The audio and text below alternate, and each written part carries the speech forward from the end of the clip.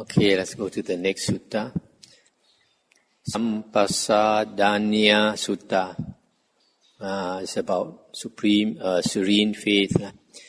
Thus have I heard. It's Sutta 28. Thus have I heard. Once the Lord was staying at Nalanda in Pavarika's mango grove, and the venerable Sariputta came to see the Lord, saluted him, sat down to one side and said, "It is clear to me, Lord, that there never has been, never will be, and is not now another ascetic or Brahmin who is better or more enlightened than the Lord." And the Buddha said, "You have spoken boldly with a bull's voice, Sariputta. You have roared the lion's roar of certainty. How is this? Have all the Arahant Buddhas of the past appeared to you, and were the minds of all those lords open to you, so as to say, these lords were of such virtue, such was their teaching, such their wisdom, such their way, such their liberation?" And he replied, "No, Lord." And the Buddha said, "And have you perceived all the Arahant Buddhas who will appear in the future?" And he said, "No, Lord." And the Buddha continued, "Well then, Sariputta, you know me as the Arahant Buddha, and you know the Lord is of such virtue, such his teaching, such his wisdom, such his way, such his liberation." And again he said, "No, Lord." And the Buddha said, "So Sariputta, you do not have knowledge of the minds of the Buddhas of the past, future or present. Then Sariputta, have you not spoken boldly with a bull's voice, and roared the lion's roar of certainty with your declaration?" And Venerable Sariputta said, "Lord, the minds of the Arahant Buddhas of the past, future and present are not open to me, but I know the drift of the Dhamma, Lord. Lord, it is as if there were a royal frontier city with mighty bastions and a mighty encircling wall, in which was a single gate, at which was a gatekeeper, wise, skilled and clever, who kept out strangers and let in those he knew. And he, constantly patrolling and following along a path, might not see the joints and clefts in the bastion, even such as a cat might creep through. But whatever larger creatures entered or left the city must all go through this very gate. And it seems to me, Lord, that the drift of the Dhamma is the same. All those Arahant Buddhas of the past attain to supreme enlightenment by abandoning the 5 hindrances, defilements of mind which weaken understanding, having firmly established the 4 foundations of mindfulness in their minds, and realize the 7 factors of enlightenment as they really are. All the Arahant Buddhas of the future will do likewise, and you, Lord, who are now the Arahant Sammasambuddha, have done the same." So the Venerable Sariputta says that there cannot be another Sammasambuddha which is more enlightened than the Buddha. And when the Buddha asked him, "How do you know that? Can you read the minds of the Buddhas, past, present and future?" And he said, "No." But he explained that he knows that all Buddhas attain enlightenment in the same way by abandoning the 5 hindrances, practicing the 4 intense states of mindfulness, Satipatthana, the 7 Bojjhanga, just like the present Buddha. So at the most, he's saying they can only equal our Buddha Sakyamuni, Buddha Gautama. They cannot be higher. And he continued, Venerable Sariputta. "So I came once to the Blessed Lord to listen to Dhamma, and the Blessed Lord taught me Dhamma most excellently and perfectly, contrasting the dark with the light. And as he did so, I gained insight into that Dhamma. And from among the various things I established one in particular, which was serene confidence in the teacher, that the Blessed Lord is a fully enlightened Buddha, that the Dhamma is well taught by the Blessed Lord, and that the Sangha of monks is well trained." Stop here for a moment. So here he's saying that from the Dhamma teaching of the Buddha, he has serene confidence in the Buddha, Dhamma and Sangha. Also, Lord, the Blessed Lord's way of teaching Dhamma in regard to the wholesome factors is unsurpassed. That is to say, the 4 intense states of mindfulness, the 4 right efforts, the 4 bases of psychic power, the 5 spiritual faculties, the 5 mental powers, the 7 factors of enlightenment, and the Noble Eightfold Path. By these a monk, through the destruction of the asavas, can, in this very life, by his own super knowledge, realize and attain the corruption-free liberation by mind and liberation by wisdom, and abide therein. This is the unsurpassed teaching in regard to the wholesome factors. This the Blessed Lord fully comprehends, and beyond it lies nothing further to be comprehended. And in such understanding, there is no ascetic or Brahmin who is greater or more enlightened than the Blessed Lord as regards the wholesome factors. Similarly here, he's saying that all the Buddhas also attain these four intense states of mindfulness, four right efforts, etc., just like the Buddha. Also unsurpassed is the Blessed Lord's way of teaching Dhamma in regard to the elucidation of the sense spheres. There are the 6 internal and external sense bases, eye and visible objects, ear and sounds, nose and smells, tongue and taste, body and tactiles, mind and mind objects. This is the unsurpassed teaching in regard to the sense spheres. Also unsurpassed is the Blessed Lord's way of teaching Dhamma in regard to the modes of rebirth in 4 ways. Thus, one descends into the mother's womb unknowing, stays there unknowing, and leaves it unknowing. That is the first way. Or one enters the womb knowing, stays there unknowing, and leaves it unknowing. This is the second way. Or one enters the womb knowing, stays there knowing, and leaves it unknowing. That is the third way. Or one enters the womb knowing, stays there knowing, and leaves it knowing. That is the fourth way. This is the unsurpassed teaching in regard to the modes of rebirth. Stop here for a moment. So here, what the Venerable Sariputta is saying is like what the Buddha said, that there is a being that enters the womb, and it doesn't matter what you call it, whether you call it the soul, or you call it a intermediate body, or you call it a Gandhava. They all mean the same thing, and it's just a transitory body, transition state, where this being exists for a short while before it enters the womb. Once it enters the womb, then it's born as a human. So, because it's a very temporary state, the Buddha has not designated it as another destination of rebirth. That is all, just because it's very short time there. So, of course, in the Abhidhamma, they don't acknowledge that there is such a thing that enters the womb. They say nothing enters the womb. The consciousness just starts. But from here, it's very clear that something clearly enters the womb. Also unsurpassed is the Blessed Lord's way of teaching Dhamma in regard to the telling of thoughts in 4 ways. Thus, one tells by a visible sign, saying, "This is what you think, this is in your mind, your thought is like this." And however much one declares, it is so and not otherwise. That is the first way. Or one tells not by a visible sign, but through hearing a sound made by humans, non-humans or devas. This is the second way. Or one tells not by a sound uttered, but by applying one's mind and attending to something conveyed by sound. This is the third way. Or one tells not by any of these means, when one has attained a state of mental concentration without thought directed and sustained, by divining another's thoughts in one's mind, and one says, as far as so-and-so's mind force is directed, so his thoughts will turn to that thing. And however much one declares it, it is so and not otherwise. This is the fourth way. This is the unsurpassed teaching in regard to the telling of thoughts in 4 ways. Also unsurpassed is the Blessed Lord's way of teaching Dhamma in regard to the attainment of vision in 4 ways.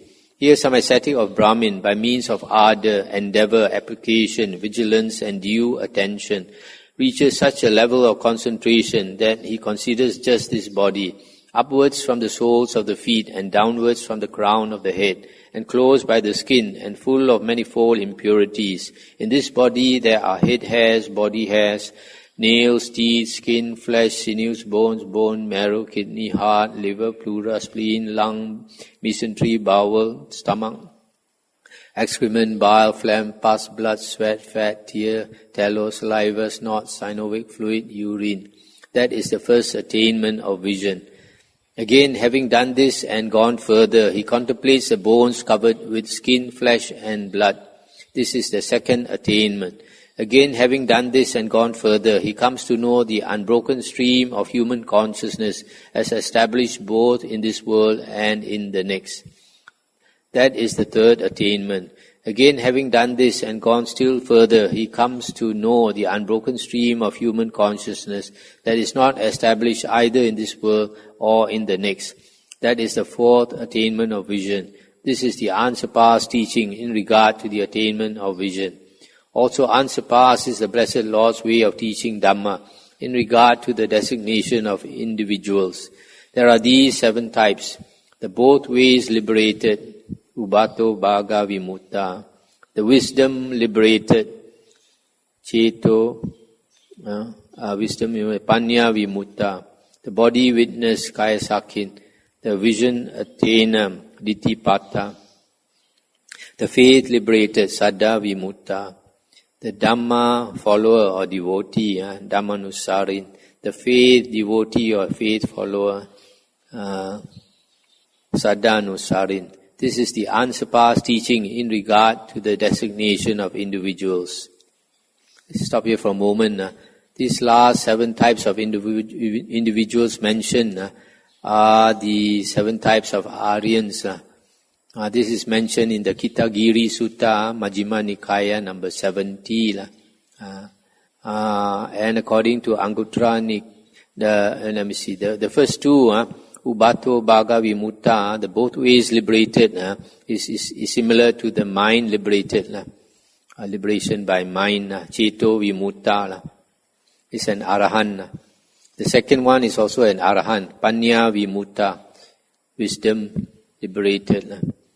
The third, Kaya Sakin, 4th and 5th, Kaya Sakin, Ditthipata and Saddha Vimutta. According to the Anguttara Nikaya 3.21, they are either the second fruit, third fruit or fourth path attainer. And then the last 2 are the first path attainers. Also unsurpassed is the Blessed Lord's way of teaching Dhamma in regard to the exertions. There are these 7 factors of enlightenment: mindfulness, investigation of Dhamma, energy, delight, tranquility, concentration and equanimity. This is the unsurpassed teaching in regard to the exertions.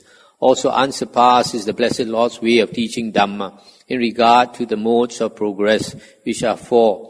Painful progress with slow comprehension, painful progress with quick comprehension, pleasant progress with slow comprehension, pleasant progress with quick comprehension.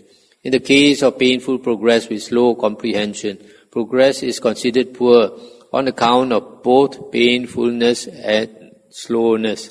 In the case of the painful progress with quick comprehension, progress is considered poor on account of painfulness. In the case of pleasant progress with slow comprehension, progress is considered poor on account of slowness. In the case of pleasant progress with quick comprehension, progress is considered excellent on account of both pleasantness and quick comprehension. This is the unsurpassed teaching in regard to the modes of progress. Also unsurpassed is the Blessed Lord's way of teaching Dhamma in regard to proper conduct in speech. How one should avoid not only any speech involving lying, but also speech that is divisive or sneeringly triumphant, but should use wise words, words to be treasured, words in season. This is the unsurpassed teaching in regard to proper conduct in speech. Also unsurpassed is the Blessed Lord's way of teaching Dhamma in regard to a person's proper ethical conduct. One should be truthful and faithful, not using deception, patter, hinting or belittling, not always on the make for further gains, but with sense doors guarded, abstemious, that means moderate, not self-indulgent. A peacemaker, given to watchfulness, active, strenuous in effort, a meditator, mindful, of fitting conversation, steady going, resolute and sensible, not hankering after sense pleasures, but mindful and prudent. This is the unsurpassed teaching in regard to a person's proper ethical conduct. Also unsurpassed is the Blessed Lord's way of teaching Dhamma in regard to modes of receptivity to instruction, of which there are 4. The Blessed Lord knows by His own skilled observation that one will, by following instructions, by the complete destruction of 3 fetters, become a stream winner, no more subject to rebirth in lower worlds, firmly established, destined for full enlightenment. That one will, by following instructions, by the complete destruction of 3 fetters and the reduction of greed, hatred and delusion, become a once-returner, and having returned once more to this world, will put an end to suffering.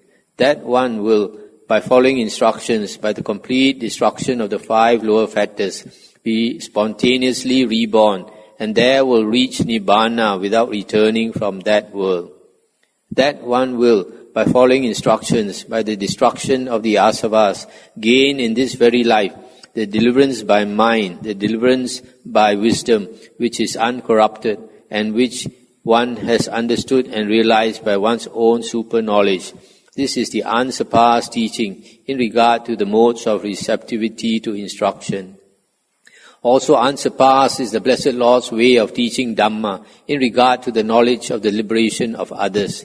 The Blessed Lord knows by His own skilled observation that one will, by the complete destruction of 3 fetters, become a stream winner. That one, with the reduction of greed, hatred and delusion, will become a once-returner. By the complete destruction of the 5 lower fetters, that one will be spontaneously reborn. By the destruction of the asavas, he will gain in this very life the liberation by mind, the liberation by wisdom, which is uncorrupted. Also unsurpassed is the Blessed Lord's way of teaching Dhamma in regard to the doctrine of eternalism. There are 3 such theories. Here some ascetic or Brahmin, by means of ardor, endeavor, etc., recall various past existences up to several 100,000 births, as in Sutta number 1. In this way he remembers the details of his various past lives, and he says, I know the past, whether the universe was expanding or contracting, but I do not know the future, whether it will expand or contract. The self and the world are eternal, barren, steady as a mountain peak, rooted like a pillar. Beings run on, transmigrate, pass away and re-arise, yet these persist eternally. Number 2, again some ascetic or Brahmin recalls various existences up to 20 aeons. Number 3, again some ascetic or Brahmin recalls various existences up to 10, 20, 30, 40 aeons.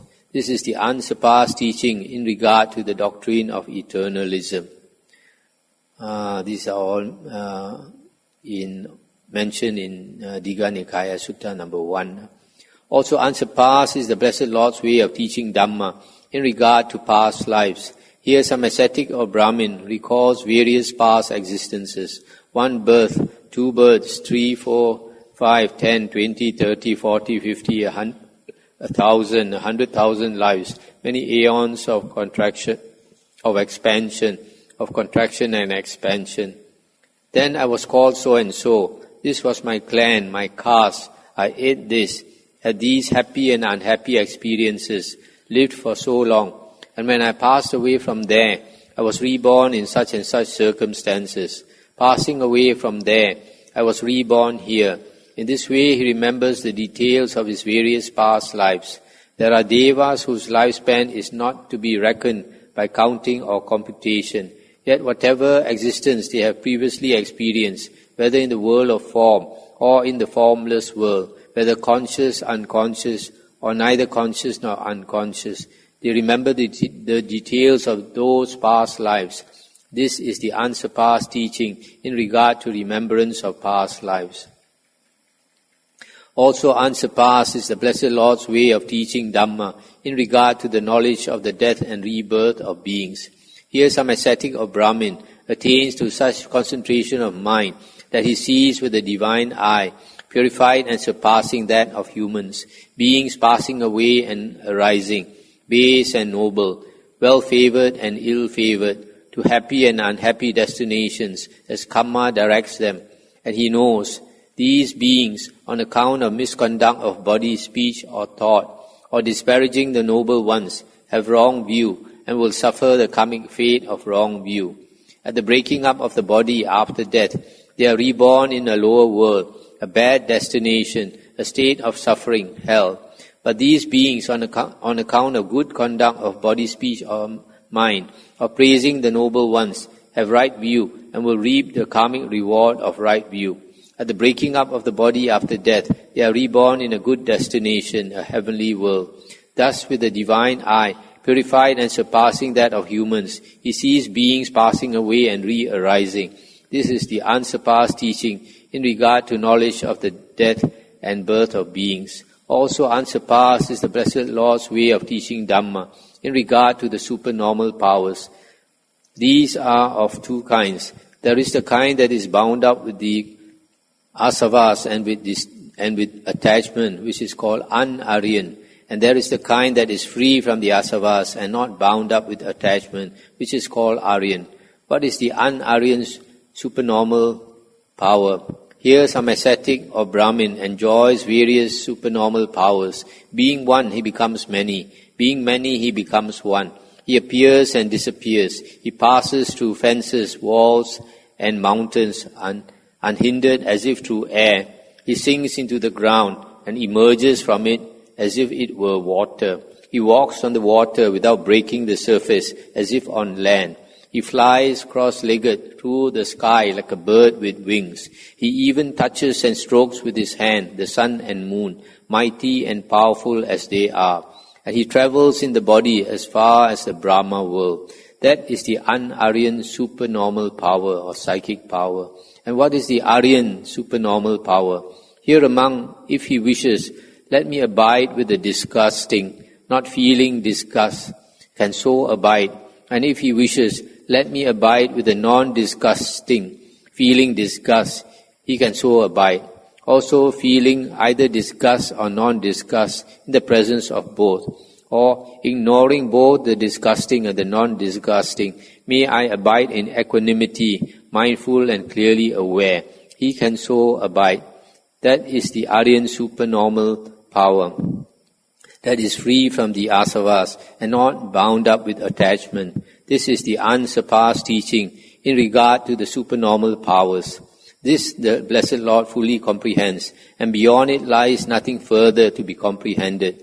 And in such understanding, there is no other ascetic or Brahmin who is greater or more enlightened than the Blessed Lord as regards the supernormal powers. Stop here for a moment. So here the Buddha says the un-Aryan supernormal power is psychokinesis, being able to multiply the body, being able to pass through walls, to sink into the ground and come up, to walk on water, to fly cross-legged through the sky, to touch the sun and moon, to fly with the human body as far as the Brahma world. This is all the Buddha calls un-Aryan supernormal power. But the Aryan supernormal power to the Buddha is the full control of the feelings. So if you are with something disgusting, the Arahant, for example, he is sitting among all corpses, smelly and bloated and rotting, all disgusting corpses. If he decides they are not disgusting at all, then he can feel that they are all so nice around him. On the other hand, if he is with something non-disgusting, for example, with all the Miss Universe around him, with all the Devis around him, he can feel disgust if he wants to. And then in the presence of both, he can feel disgust or non-disgust, or he can feel equanimous without the feelings moving at all. So full control of the feelings to the Buddha is Aryan supernormal power, because if we are moved by our feelings, then we suffer. But if we are master of our feelings, then nothing can make us suffer.